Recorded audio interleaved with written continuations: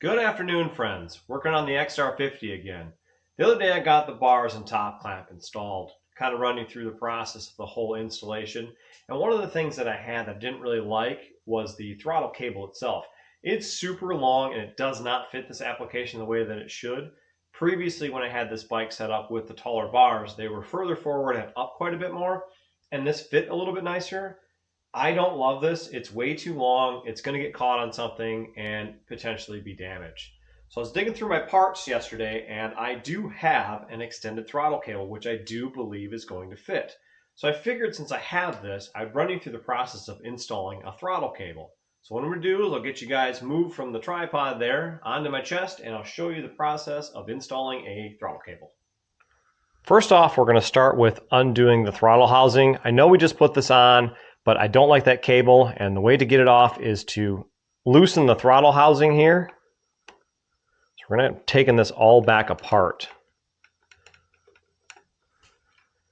I didn't think this cable was going to cause so many issues or it was going to be this much longer than what I remembered, but unfortunately it's way too long for my liking.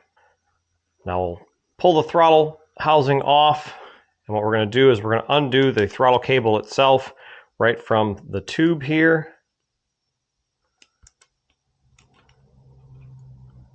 We'll pull this little guide out, set that aside, and then we're going to unthread the housing. From the side of the bike, looking at the carburetor, you'll see this top cap here. And what we're going to do is we're going to get our throttle cable all the way out. We're going to push the cable itself inward a little bit, and we're going to undo this cap. This just twists off. Sometimes they can be stuck, but I've just had this apart and this whole carburetor has been cleaned. And as you can see, as this cap is coming up, the cable is moving downward because I'm releasing all the pressure. There's a big spring on this. As you can see, there's a large spring there. With the cable all the way in, see the cable is all the way down here, and with the spring completely depressed, we're going to pull the spring back. We're going to push the cable out of its little detent. There's a detent right here that the cable actually rests in, and that frees up this cable. So with that being done, now we'll pull off the spring here, and we'll pull the housing itself out. Now we have our top cap housing for the carburetor, and we'll set this cable aside. We'll take our new cable and see our new end here. And first things first, we have to feed this into the housing. So we're going to feed it into the housing. Trying to do this with one-handed is never easy. We'll feed it into the housing here. With that into the housing, our spring needs to go on next. With the spring in place, we'll hold everything together and we'll depress the spring. So we're pressing the spring down. We'll take our needle here. We'll pull this into place and we'll let that spring set right in here, just like this. You can see it setting in there. Now there's a lot of slop here, so we're going to want to pull the cable back up. We're going to want to take that slop out with the internal cable itself by pulling it. So we're holding it in place here. And now with that in place, you can see there's an opening here. Inside the carburetor, there's a guide that this rides on. So you'll have to figure out where that goes. Typically this slot goes right towards the right-hand side of the bike. So you'll gently push this into the carb body, and you'll find where it goes, and it'll start to fall all the way down. Now see, I can push it all the way down in there. Now we'll push the cap back in place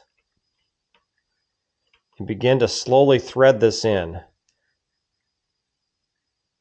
Of course, you want to be careful here because this is all aluminum. These are all aluminum parts. These can cross thread, and they will, and when they do that, then you've ruined your carburetor. Now that that's tight, we're going to pull the cable, take up the slack, run the cable through the cable guide here. This is where it goes when it's stock. I probably should have ran it between here. That's our ignition switch. So we'll run it between the ignition switch. We'll turn the cap in the direction it should be. We'll push the housing back down in. And then we'll route the cable back up toward the handlebars. With the cable back up by the handlebars, we'll grab our housing again and we'll push everything through. You can see the cable starting to come through there. We'll back the adjuster all the way off and we'll start threading this into place. We're going to thread this all the way to the bottom. Sometimes it helps to have a pick on hand and to reach in and grab the throttle cable itself and pull it up. Once you have the throttle cable in hand, you can pull it all the way to where the carburetor is open all the way. You can insert the throttle tube here. And you'll install that into your housing. Of course, once that's in the housing, then we want to get our cable guide in place as well. And you're working in a limited space here, so you'll have to finagle it just a little bit to get this to work properly. This cable is a little bit tight. This may not work properly. Not 100% sure. I do have it in place. You can see that the guide is in, the throttle tube is in. We should be able to slide this in place now.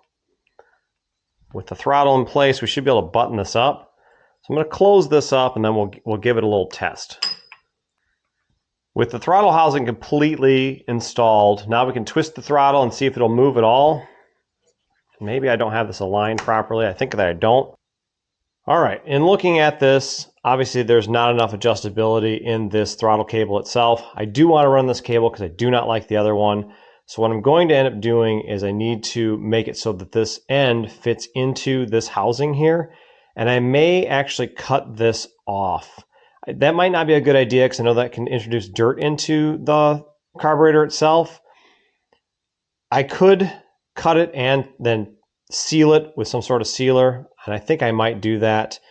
Unfortunately, this is supposed to fit inside of this housing. That's how the originals would be. So it would fit inside of right here and it would stay together, but this is not made for this. Obviously this cable is bigger than the stock one, so it does not fit properly, and there's zero, you can see there's zero adjustability here. So I can't have that. So I'm going to take this back apart and I'm going to alter this cap. I think I'm going to cut this end off and then I'm going to bring the cable right to it. That should give me enough play, I believe. So we'll go ahead and we'll get this back apart real quick and then we'll see what we can do. So here's what I have. This is a setup that I have. I have a Milwaukee pipe cutter here. So what I'm going to do is I'm going to cut this off at the flange. Is this the right answer? I'm not sure. It probably isn't, but I'm going to do it. We're going to try to make this thing work this way. If it does not work this way, obviously I'll have to buy a new one of these caps, but this is what I'm going to attempt today just to get this thing done and ready and riding. I'm sure there's a replacement cap that makes more sense, but unfortunately I do not have it. So I'm going to go this route. As you can see, I have two halves here. I'm going to go ahead and clean this up with a file just a little bit so it's not so rough. And then I'm going to reinstall it. Okay, I have taken the cap, I've cleaned it with a little bit of carb cleaner, and then I blew it out with air. I don't want to get any of the debris inside of this so it doesn't go into the carburetor. We don't have any issues. So now I have my shortened stem here. I'm going to go ahead and reinstall this and hope that this works out well. Put our spring back in place, try to hold everything together. Grab our slide.